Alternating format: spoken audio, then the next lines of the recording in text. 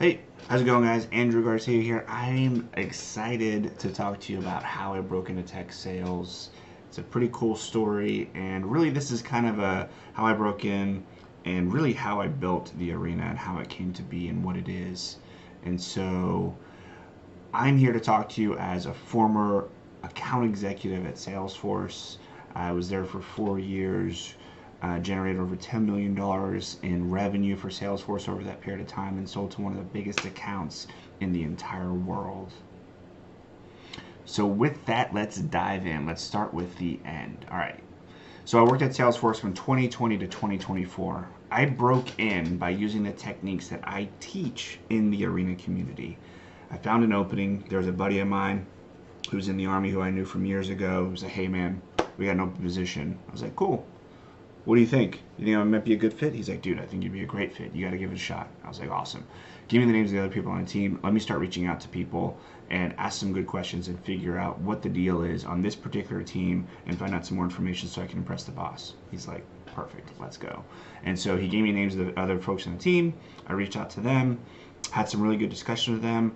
There were other account executives, solution engineers I talked to, maybe some, I think there was one person from customer success. All in all, I probably talked to like 6 or 7 people. And then I reached out to the hiring manager. By that point, I talked to so many people and they had been whispering and chirping about me in the background that the hiring manager was expecting me to reach out, expecting my call. And so I reached out to the hiring manager. Hiring manager's name was, I forget, oh, it was Chuck. His name was Chuck. And we hit it off, right? I had just shown up so prepared after talking to everybody. I had such a good idea of what it took to be successful at Salesforce that by the time I got to Chuck, he was like, you know what? After about a 15-20 minute conversation, he's like, why don't you and I go grab coffee? We went to go grab coffee together. And after about a 2 hour coffee conversation, he was like, you know what? I'm in. I'm sold. I want you on the team. This is what I'm going to do. He offered this. I didn't ask for this. He offered. He's like, I know every single person you're going to interview with. I want you on the team.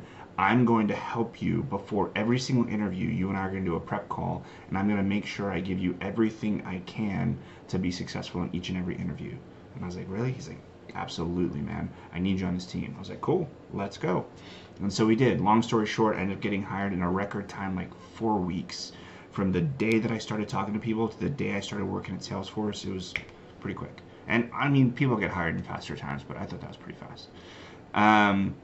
So when I arrived, I was given one of the biggest accounts in all of Salesforce, really in all of the world. Like if you think about how many accounts there are that you'd go after, and how people generally like look at size of accounts, whether it's by employees or revenue or annual spend, the U.S. Army is the biggest account in the world. They spend $173 billion annually.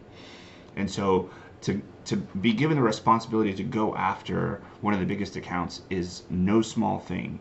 Typically, these large software companies reserve their biggest accounts for the most experienced account executives, right? Like if you have the most valuable account, you want to send your best AEs to go after them. I'm not trying to toot my own horn. I'm just saying this is what it takes to be good. You have to have proven yourself, and you have to show that you can do what's required to be given some of these big accounts. And I can talk about that in other videos. All right. Once I got there, I quickly became the #1 A on the team. I took everything that I'd learned, all these books you guys see back here, all the things that I've read, the classes I've taken, the consultants that I've paid, the sales coaching and mentors that I've paid to help me. I've taken all the things I've learned, and I essentially saw this as like, all right, dude, you are now in the big leagues. Like you're at Salesforce, you have a monster account, let's go. And so I did. I turned it on, and I worked my butt off, but it paid off. All right, so I ended up being the #1 A on the team. Shortly after my arrival, I ended up generating over $10 million in all-time revenue during my time at Salesforce, right? So it was really successful, and that's where I finished, right? That was from 2020 all the way to 2024, spent 4 years there. But how did I get here? Let me go back and give you guys some insight into the journey to get to Salesforce. All right, let's go back to the beginning. I definitely had a non-traditional background before I broke into tech sales. I promise you, if I could break in, you definitely can. Any of you can that are watching this. I started my professional career as a ship driver in the U.S. Navy. All right.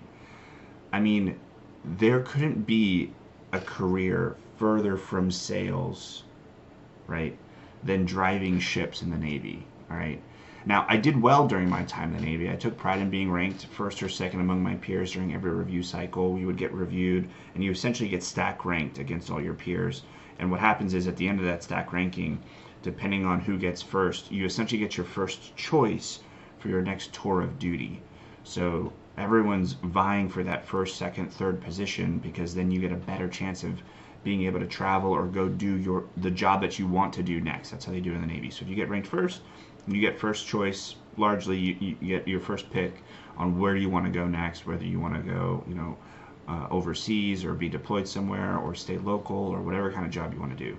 So I was a ship driver, and then I got ranked first. So my second tour, I was the leader of a small boat team, which was really cool. Got to go deploy with some really cool fast movers. And then my third tour, I got ranked first again, and I wanted something a little bit more laid back, so I took a desk job in Virginia Beach, and then I got out. But every single job I had, I was always in charge of sailors, and I was always thrown into positions or areas where I didn't know exactly what I was supposed to be doing, and I had to figure it out very quickly.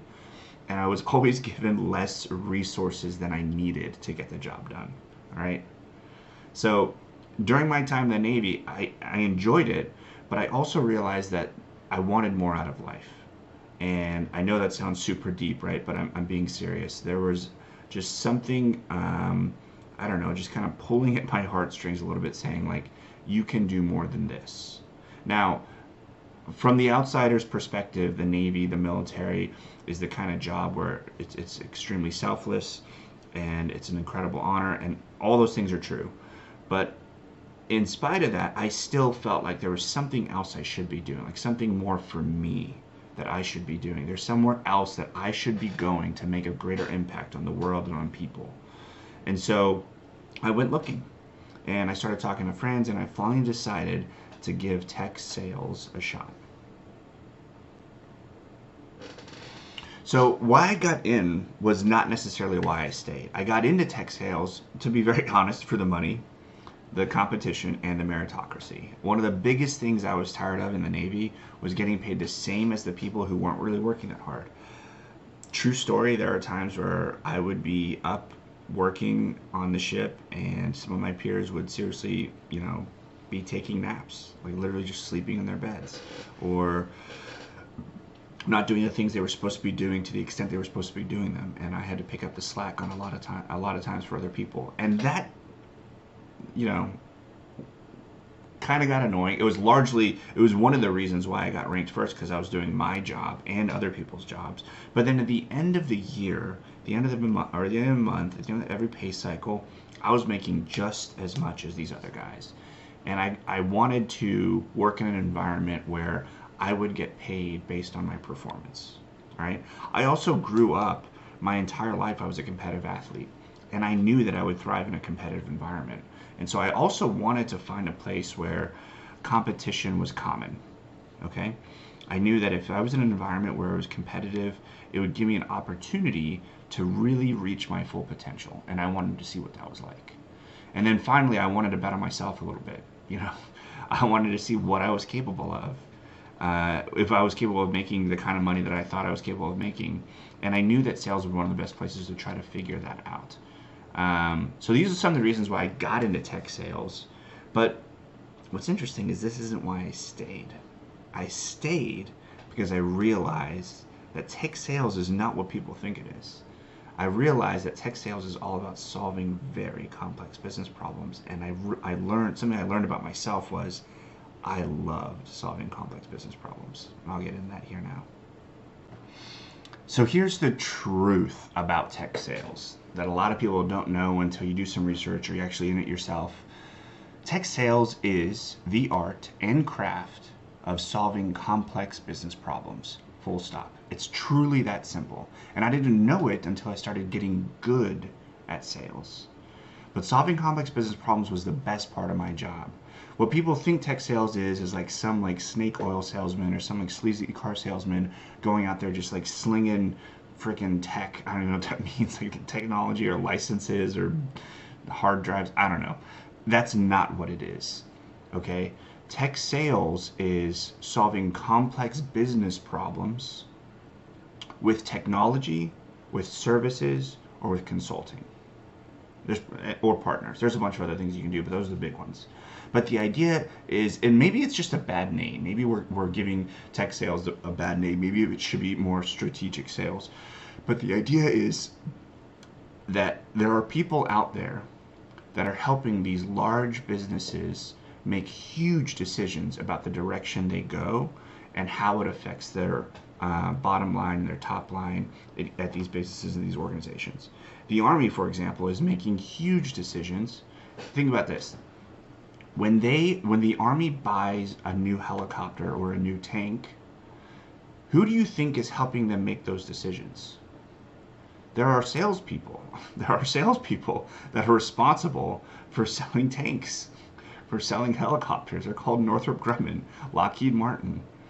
And they are over there talking to high-level leaders in the Army about why the Army should invest in this particular helicopter or this particular tank or this particular rocket launcher or weapon system or helmet, or why the Army should revamp its HR system, right? And so at the end of the day, a customer is spending time keeping the business going. They aren't necessarily experts on all the options they have available to them to optimize the way they're keeping the business going. If you're in an organization working day to day, doing your job, whether it's operations, finance, marketing, whatever it is, you're focused on your job. You don't spend all day, every day figuring out how to do your job better. You're just doing your job. All of you guys have had a job before. When you're doing your job, you're just focused on doing your job. But what if there was a better way to do your job? Would you know about that? Maybe. But that's one part of what salespeople do. Their job is to educate their customers and prospects on ways that they could maybe do their job better, right?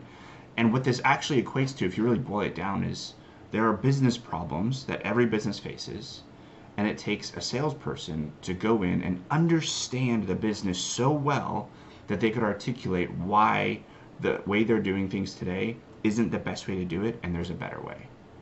And so I really, really enjoyed learning about business. In order to solve complex problems, you have to know the business inside and out.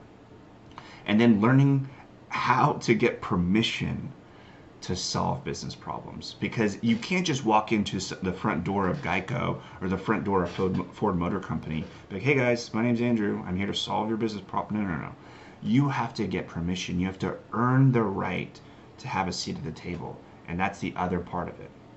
And so this whole art and craft of tech sales or strategic sales really grew on me as I learned that it was going to take me to become this kind of person who understood business, understood finance, understood marketing and operations, understood people, understood HR, to the point where people would trust me and not only bring me in and give me a seat at the table where they're trying to solve these complex business problems, but go on and buy the things that I was telling them to buy, essentially do the things that I was telling them to do. Imagine these multi-million-dollar, billion-dollar organizations saying, let's do what Andrew suggests, and let's pay him millions of dollars to do it. That was pretty cool. All right. So what it did was it made me feel needed. It really made me feel indispensable. I knew for the first time in my career, beyond a shadow of a doubt, that what I was doing was extremely valuable. There was a lot of purpose in my job. And so I wanted more of it. I wanted to solve more problems, bigger problems for bigger companies. And so finally, I ended up at Salesforce. All right, so how did I get here? I got to a point in my career as an account executive where I had a choice to make. I felt like I kind of climbed the ladder high enough, and I was getting to a point where I had this entrepreneurial itch, but I also was considering other options, and I really just had a choice to make in my career. So the way I saw it, I had three choices. I could keep doing what I was doing and keep solving problems for customers as an account executive. I was enjoying myself. It was going great. I could keep doing that. I could get into sales leadership. Go be a first line manager, director of sales, go lead other salespeople, and start to teach people how to be really good at sales. Or I could scratch this entrepreneurial itch and start my own company. So obviously, I decided to start my own company. I had this itch to do something more again, and I knew that nothing would scratch it other than going out on my own and starting my own company. So I did. A little over 2 years ago, actually, I started the Arena as a side gig. I worked on it part-time, generating ideas, helping veterans get jobs, and fine-tuning the concepts and ideas that I felt would help veterans get the jobs the fastest. Up until this point, I'd helped dozens of people get jobs, but the way I'd helped them had not really been formalized. There wasn't a lot of structure around it. Imagine I was essentially taking a lot of one-on-one calls, 30 minutes here, 30 minutes there. People reaching out to me on LinkedIn saying, hey, you got a few minutes to chat? I'm like, yeah, let's talk. And I would take each person, and I found I was giving the same advice over and over and over, over and over and over. And so I realized I needed to come up with a system that I could hand over to someone if this was going to scale. And so I started to ideate on what it was that I was telling people. I started to kind of record all the advice I was giving people, and I realized that there was a system, but it wasn't what I thought it was at first. It evolved into something else that became much more effective. And it wasn't until I actually went full time with the Arena that I deployed it and proved how effective it really was. All right, so what is the Arena? It took me longer than I anticipated, and I had to enlist the help of many friends and paid consultants, but I finally created a system that will help veterans get jobs in tech sales. The system really turned out to be so much more than a simple list of steps, to be honest. When I realized what I realized was that I would require a lot of change, and specifically, it was going to require someone to change their mindset. It would require that people literally begin to believe new things so they could accomplish something they'd never accomplished before. So originally what I was doing was giving advice and being like, hey, go do this. They would go do it, not bad results. What I realized over time was just telling them to go do a thing that they'd likely never done before wasn't going to give them the best opportunity for success. There was something that would have to change in their mind to convince them that what they were about to do was going to work. And so they kind of had to become something new, someone that they really weren't before. In order to do that, I had to learn how to help people change their mindset. So, like I said, it would require that people literally begin to believe new things so that they could accomplish something they'd never accomplished before. I knew I had to get involved in people's lives if this was really going to work. It was going to take much more than just creating an online course, for example, or a checklist. I knew that it was going to take a community, so that's what I did. I created the Arena community. And the Arena community has really grown to be a place where people come in and they practice, they stumble, they fall, they learn, they figure it out. And what happens is your mindset begins to change over time, and you realize there are new skills that I'm learning here that will serve me, not just in the job hunt, and not just as an AE, but in life. It's a place where anyone could come and begin to see the world through a new lens, a new perspective that would enable them to achieve things they've always wanted to achieve, but for whatever reason, they've always been out of reach. They've never been able to grab them. And so I realized the foundation of this community must be an idea. Our foundation is this: as iron sharpens iron, so does one man sharpen another. We could not become great unless we are sharpened by others who are great. You cannot change, you cannot up-level yourself, your performance, unless somehow, some way, you are taught how to up-level. You are taught or shown how to change. And so the Arena community is full of a group of people that live by this credo. As iron sharpens iron, so does one man sharpen another. As we sharpen each other, we all rise.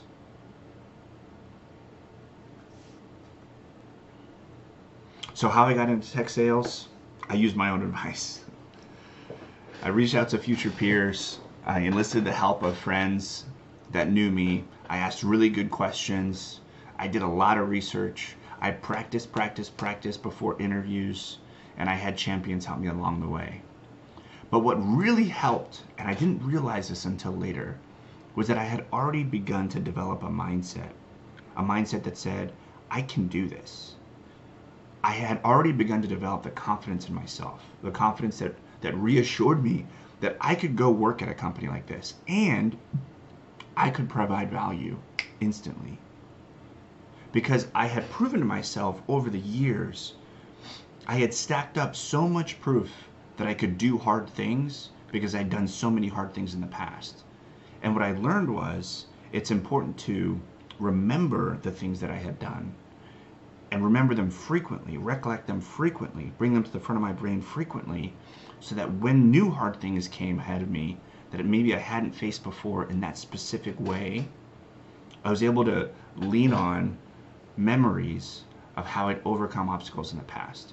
And doing that consistently over and over and over, I gained so much confidence in my abilities that eventually it got to a point where it was a no-brainer I was going to work at Salesforce. It was a no-brainer I was going to make generate $10 million of revenue over a 4-year period. It was a no-brainer that I was going to create the Arena community, and it was a no-brainer that the Arena community was going to be, wildly successful, because I'd just done these things over and over. I had created such an incredible stack of proof to myself that I know I can do these hard things. And so today I'm creating the Arena community. Tomorrow I'm not sure what it's going to be, but I'm excited for all of you to be on this journey with me. Reach out if you guys got any questions. Andrew@arena.vet. See ya.